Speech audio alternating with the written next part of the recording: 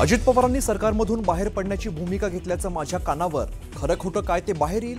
पार्थ पवारांना वाचवलं जातंय असं मला वाटतंय. अंबादास दानवेंचं मोठं विधान.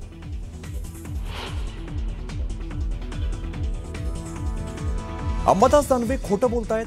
त्यावेळी मी स्वतः वरच्यावर होतो. अजित पवारांच्या राजीनाम्याबाबत कुठलीही चर्चा नाही. अंबादास दानवेंचा दावा चंद्रशेखर बावनकुळेंनी फेटाळला.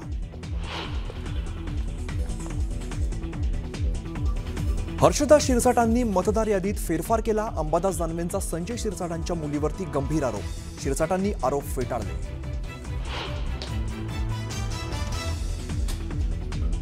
नेमकं कोणतं विधान शिस्तभंग करणारं? रुपाली ठोंबरेंनी पक्षालाच मागितला खुलासा. दादांनी चाकणकरांचं समर्थन केलं नव्हतं. अजितदादांची बाजू मांडणं माझं काम म्हणत पक्षालाच प्रतिप्रश्न.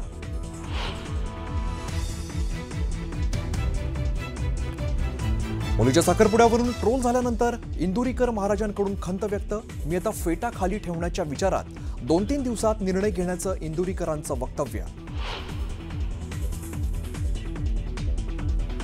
दहशतवाद्यांना पुलवामासारखा हल्ला करायचा होता, मात्र एका दहशतवाद्याच्या अटकेमुळे पुलवामासारखा प्लॅन उधळला. वरिष्ठ सूत्रांची न्यूज 18 लोकमतला माहिती. दिल्ली स्फोटातील मोठा प्लॅन समोर. दहशतवादी उमर मोहम्मदचा दिल्लीतील कॅनॉट प्लेस भागात कार चालवतानाचा व्हिडिओ समोर. स्फोटक असलेली कार चालवतानाचा व्हिडिओ समोर आल्यामुळे खळबळ.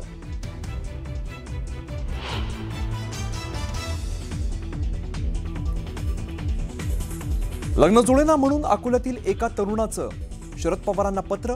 एकटेपणा जाणवतो. पत्रातून तरुणानं मांडली व्यथा. तरुणाला लग्नासाठी मदत करण्याचे पवारांचे पदाधिकाऱ्यांना निर्देश.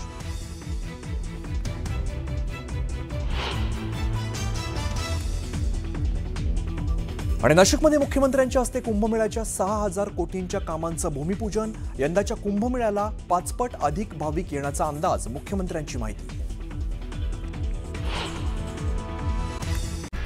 आणि आता एक मोठी बातमी. शेतासाठी रस्ता मिळत नाही म्हणून आत्मदहनाचा इशारा देणाऱ्या शेतकऱ्याला नायब तहसीलदारानं लवकर मरण्याचा सल्ला दिल्याची संतापजनक घटना बुलढाण्याच्या खामगावातनं समोर आली. 7 दिवसांनी का मरताय? मी पेट्रोल आणून देतो, आत्ताच मरा, असा अजब सल्ला नायब तहसीलदार निखिल पाटलांनी शेतकऱ्याला दिला. त्यामुळे संतप्त शेतकऱ्यांना खामगाव तहसील कार्यालयावरती जाऊन उडी मारण्याचा प्रयत्न केला. मात्र वेळीच तिथे हजर असलेल्या काही कर्मचाऱ्यांनी त्यांना अडवलं. सामाजिक कार्यकर्त्यांनी जाब विचारल्यानंतर नायब तहसीलदारानं तहसील कार्यालयातनं पळ काढला. दरम्यान या प्रकरणाची चौकशी करत योग्य कारवाई केली जाईल अशी प्रतिक्रिया उपविभागीय अधिकारी रामेश्वर पुरी यांनी दिली.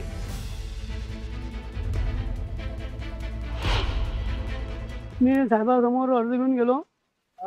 साहेबांना म्हटलं, साहेब हा अर्ज घ्या. तर म्हणत तुमचा अर्ज गेलाय ना. म्हटलं हा साहेब हा आत्मदहनाचा इशाऱ्याचा आहे. तर म्हणत मग आत्मदहन किती 7 दिवसासाठी का थांबतं? मी 1 लिटर आणून देतो, आताच घे ना. असं बोलून माझी मनस्थिती खराब झाली. आणि मला 2-4 जणांना सुनील पाटील सरांनी बाहेर आणलं. आणि मग सुनील पाटील बी या समोरच्या व्यक्तीकडे शिजले. तर मग माझी ऐकत नाही, ते आरोग्य करत आणि मी मग भीतीवर जोडलो होतो.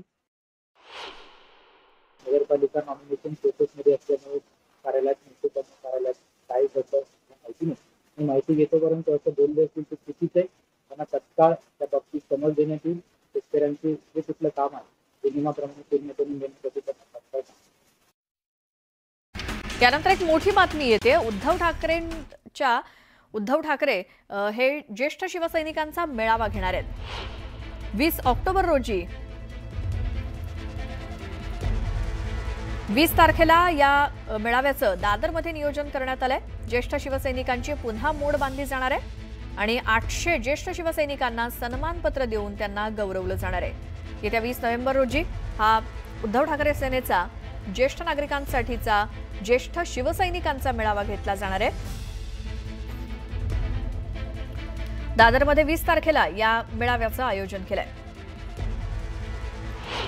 आता ज्येष्ठ शिवसैनिकांनी सगळ्यांनी आपलं जे आपण पूर्वी काम केलं तर अनुभव आपल्याकडे आहे, त्याप्रमाणे आता प्रत्येक शाखेत जाऊन प्रत्येक शाखेला मदत करायची, त्यांना माहिती द्यायची, त्यांना काय काय त्याच्यातले ते सगळं सांगायचं आणि त्यांना आपण जास्तीत जास्त वेळ देऊन ही निवडणूक आपल्याला 100% जिंकायचीच आहे, या दिशेने आम्ही उतरणार आहोत. पुढची बातमी बघूयात. राष्ट्रवादी काँग्रेसचे नेते आणि आमदार धनंजय मुंडे आणि मराठा आंदोलक मनोज जरांगे पाटील यांच्यातला वाद चांगलाच रंगलाय. जरांगे पाटील यांना जीवे मारण्याचा कट रचण्यात आल्याचा आरोप स्वतः जरांगे पाटलांनी धनंजय मुंडेंवरती केलाय. तसंच आता आधी धनंजय मुंडे आणि माझी नार्को टेस्ट करावी अशी मागणी देखील जरांगे पाटील यांनी केली.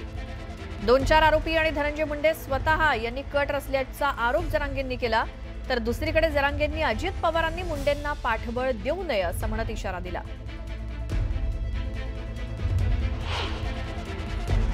सांगितलं मी तेव्हा मला नार्को टेस्ट करायची तर मी तयार आहे. मुख्यमंत्र्यांना सांगितलं. आता याच्यात मागे सारख्यात नेण्याचं तुम्हाला मग मी अडचणीत आणणार. तुम्ही खऱ्याचं खोटं खोट्याचं खरं करायचं नाही. तेव्हा म्हणतो ना नार्को टेस्ट करायची तर हो द्या. मायामुळं सगळे तर बाहेर येईन त्याचं. कोणाकोणाचं काय केलं, महादेव भाई मुंडेला काय केलं, त्या बाप्पू आंधळेला काय केलं, त्या गीतेंना काय केलं, संतोष भाईच्या देशमुखांच्या प्रकरणात किंवा अंधारातून किती चाली रचल्या हे तरी लोकांना माहित होईल. गरीबाला तुला गरीब मराठीत त्यांचं टोला टोली लावून द्यायची होय आणि पाप तू घरी जाय. आता दोघंच आपण टेन्शन घ्यायचं नाही. वांजरी नको, मराठी नको, दलित नको, मुस्लिम नको, बहुजन नको, कुणीच नको. तू नार्को टेस्ट चल, मी चल घालून तिथं कानाळ्या घालाय 2-2 अडीच घालून दे. चल तू तिकडे चल. बीडमधून तुम्हाला पुन्हा एकदा सांगतो, त्याला अजित दादा लवकर चौकशीला पाठवा. त्याला ते अर्ज करायला सांगा नार्को टेस्टचा. माझी दसायला लागते तिथं घ्या. तुला नसन तर मी वावरी की फी भरतो कोर्टात येतोय. नाही भरली ते 2 बापाच्या अवलाद तिची. पण एका बापासारखं वाघ तिकडे नार्को टेस्टला चल. ही कट रचल्याला धनंजय मुंडेंनी स्वतः हे 2-4 आरोपी आणि त्यांनी मिळून त्या रेस्ट हाऊसला हे सगळं शिजलेलं आहे. हे सत्य आहे आणि हे उघड पडणार. आता फक्त अजितदादांनी सांभाळून राहावा. अजितदादांनी खोडा घालू नाही. अजितदादांनी विनाकारण आता बळ द्यायचं कमी करावं. खरं खरं काढावं काय असेल ती. मी तयार आहे म्हणतो ना. मग त्याला काय इथं मंत्री आमदार नाही असं म्हणलं ना तर मग लय गोळ होईल. आता पुढची एक बातमी बघूयात. लग्नासाठी शरद पवारांना साकडं घालण्यात आलंय. अकोल्यातल्या एका तरुणानं त्यांना विनंती केली आहे की मला पत्नी मिळवून द्या, तुमचे उपकार मी विसरणार नाही. अकोला जिल्ह्यातील एका 34 वर्षीय तरुणानं राष्ट्रवादी काँग्रेसचे सर्वेसर्वा शरद पवार यांना थेट पत्र लिहून लग्नासाठी पत्नी मिळवून देण्याची विनंती केली आहे. माझं वय वाढतंय, भविष्यात लग्न होणार नाही, कोणत्याही समाजातली मुलगी चालेल, तिच्या घरी राहायला सुद्धा तयार आहे असं या पत्रातनं त्यानं नमूद केलंय. अकोल्यात झालेल्या शरद पवारांच्या शेतकरी संवाद कार्यक्रमात हे निवेदन देण्यात आलं आणि हे पत्र बघून पवार आणि माजी गृहमंत्री अनिल देशमुख क्षणभर स्तब्ध झाले. ग्रामीण भागातील बेरोजगारी, आर्थिक अडचणी आणि वाढत चाललेला एकाकीपणा या समस्यांचा हा प्रसंग प्रतिकात्मक आरसा ठरतोय.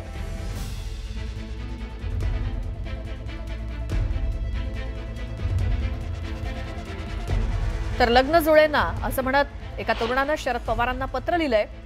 तो आपल्या पत्रामध्ये म्हणतोय, आदरणीय साहेब, माझं वय वाढतंय, मी आता 34 वर्षांचा आहे, भविष्यात माझं लग्न होणार नाही, मी एकटाच राहीन, माझ्या जीवनाचा विचार करून मला पत्नी मिळवून द्यावी, मला कोणत्याही समाजातली मुलगी चालेल, तिच्या घरी राहायला मी तयार आहे, तिथेच चांगलं काम करेन आणि संसार नीट चालवण्याची मी हमी देतो.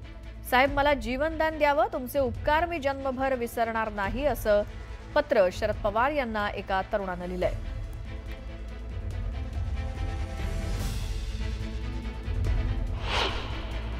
ही सामाजिक समस्या आहे. आज आपण पाहिलं की मोठ्या प्रमाणात मुलींची संख्या कमी होते आहे, मुलांची वाढते आहे. आज राज्यामध्ये 1000 मुलांच्या मागे 929 मुली आहेत. म्हणजे मुलींची संख्या कमी आहे आणि ती दिवसेदिवस कमी होत आहे.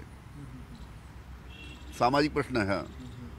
त्याच्यामुळे मुलींची जी संख्या मोठ्या प्रमाणात कमी होत आहे आणि त्याच्यामुळे मुलांना मुली मिळत नाही. आणि ग्रामीण भागामध्ये असं आहे की मुलींची अपेक्षा असते की मला शेती करणारा मुलगा नको, मला शहरातला नोकरी करणारा मुलगा पाहिजे.